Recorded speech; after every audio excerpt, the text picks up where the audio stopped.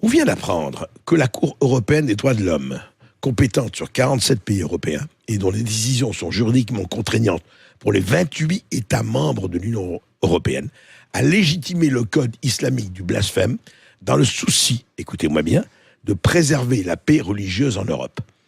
C'est quand même un précédent juridique incroyable, c'est-à-dire qu'on est amené, et ça a été adopté, à restreindre la liberté d'expression si une parole est jugée offensante pour les musulmans, comme pour d'autres religions, et présente un risque pour la paix religieuse. C'est-à-dire qu'au nom du pacifisme, et on revient à ça, vous savez, dans les années 20 ou 30, au nom du pacifisme, des milliers de gauchistes, de socialistes, de trotskistes se sont retrouvés dans la collaboration. Pourquoi ? Le pacifisme. Surtout, mais non, monsieur Hitler, c'est quelqu'un de raisonnable, c'est quelqu'un à qui on peut parler, c'est quelqu'un qu'il faut préserver la paix, il faut pas gêner. Et ben là, au nom de préserver quoi ?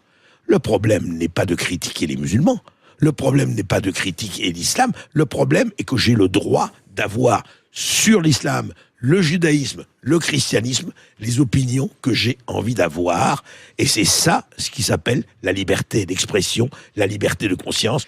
Et ce qui se passe quand même, c'est que on n'a plus le droit, aujourd'hui en Europe, vous imaginez, Cour européenne des droits de l'homme. Ça veut dire que le droit à la liberté d'expression n'existe plus dans les droits de l'homme. C'est ça que ça veut dire. Ça veut dire qu'on vous permet aujourd'hui, vous ne pouvez plus dire que telle ou telle religion ou tel aspect de la religion, que ce soit la charia, que ce soit le traitement réservé aux femmes, que ce soit d'ailleurs dans la religion comme pas juive ou ailleurs, eh bien vous ne pouvez plus le dire sans être condamné pour blasphème.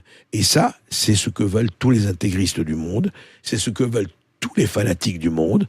Évidemment, ça les arrange formidablement.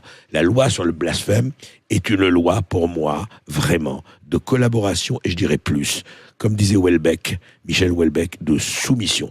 Et je crois qu'il faut faire très, très, très attention de ce point de vue à ce qui se passe, parce que ça commence par une loi, et ça finit par une dictature